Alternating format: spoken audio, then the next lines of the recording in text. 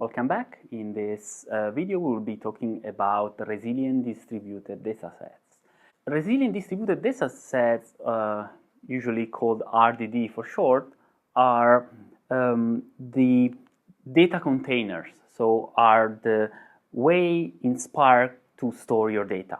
So let's start from the definition and check one term at a time. So the first is dataset. Okay, so this is like a variable or an object in programming. So it is created from generally reading from some disk, so that can be HDFS or S3, or it's very convenient also if you're running from your local laptop. You can get some local text files into Spark, or even a hierarchy of folders. And once Spark reads those data in, you can reference to those data with an RDD. And the other way is by transforming another RDD. RDDs are immutable, so you cannot change just a section of them. But every time you transform one RDD and create a new one, and by a series of many transformations, you can write your data analysis pipeline. The second term is distributed. So of course, we are running distributed across a number of machines, maybe hundreds of instances on Amazon, and the complexity is hidden by this very simple interface where we can send commands that we want to execute distributedly, but we just reference this single object. And also, data are divided in partitions. So, for example, if you're working with text files, Spark doesn't work line by line, but in groups of tens or hundreds of lines, and this can be changed depending on the application so that you can optimize performance.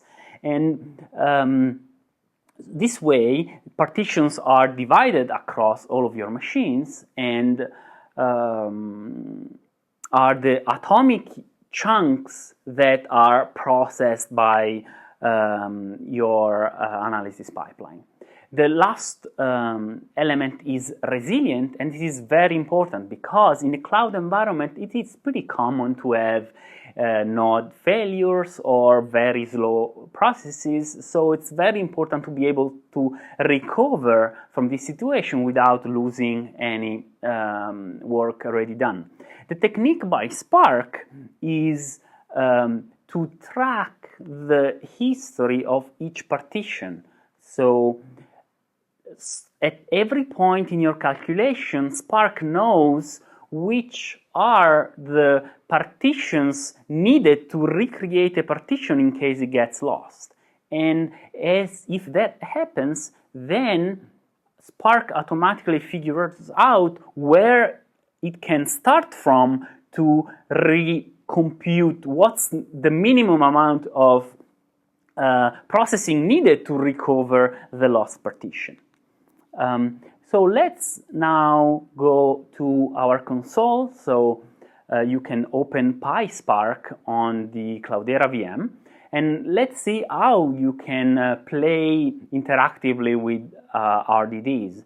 So a very interesting function to start is parallelize. This is just used for testing purposes, but basically it takes a data structure, generally a list, on your driver program. So the driver program is your PySpark console, and distributes it across your cluster with some number of partitions. In this case is three numbers of, the number 3 is the number of partitions.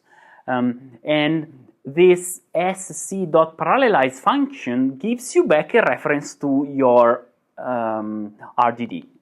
And then, for example, one operation that the simplest operation we can do is just collect our data back to the driving program. And this is what you generally do once you have completed all your calculations. So your final results are going to be you will want to copy them back to your session so that you can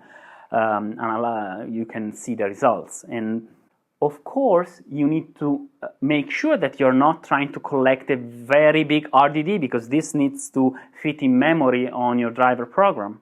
And so in this case, the output of this operation is the initial list, because we copied it over. So this hides the complexity of a distributed operation where Spark has communicated with all the nodes and asked them to communicate back their section of the RDD.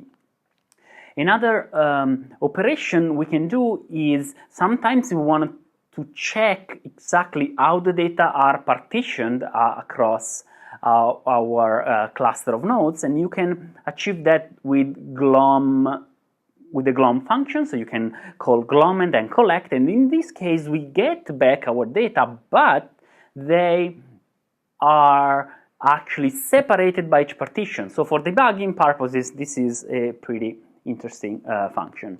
Then we can go into reading a text file. For example, in the last module, we saw an example where we created a test file called testfile1 in our home on the Cloudera VM. So you can read it either as a local file by specifying that thanks to the file semicolon and 3 words / syntax, or you can read from HDFS with the syntax that you see below.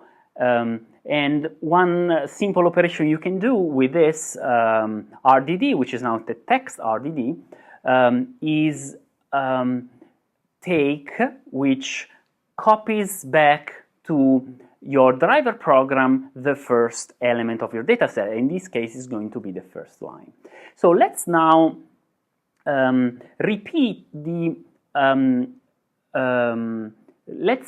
word count example that you saw in Hadoop MapReduce using Python and using the Hadoop streaming interface, now in Spark.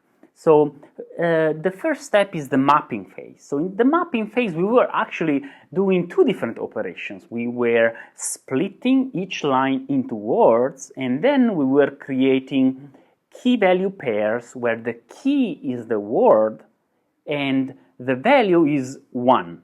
Okay? And this was the output of mapper.py in the Hadoop MapReduce example. So here we can implement those two operations as a very simple function. So you see the first split words function and the second is create pair.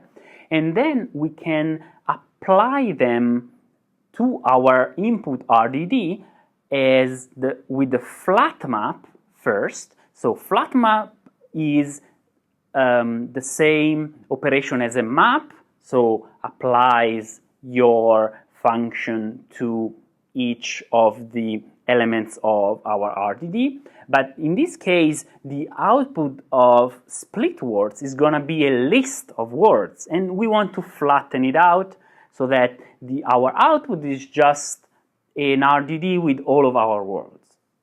And so this is exactly what flat map does. And then the output of this is going to be a very long list of words, and then we apply the create pair to create the pairs word and 1. And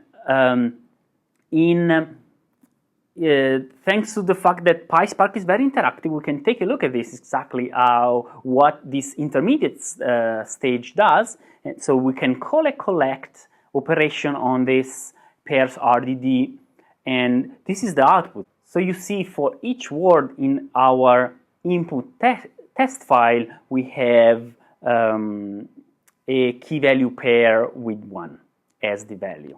Then we want to sum all of those, okay? So the operation we want to do is a sum, so we implement a simple function which is sum counts, and then what we want to do is we want to apply this, but we want to apply this key by key. So we want all our instances, for example, of the word far to be summed together. In this case, the result is going to be 2. And so we call the reduce by key operations, and we give it the reduction function, which is sum counts, and this is actually the output of our word count example. And then we can collect to take a look at it on our driver program, and this is the result, which is the same we were getting with Hadoop MapReduce. Next time we will be talking more in detail about all different kinds of operations that you can apply to the data, similar to flat map and map, and all the actions that you can apply to the data, like reduce by key. See you next time.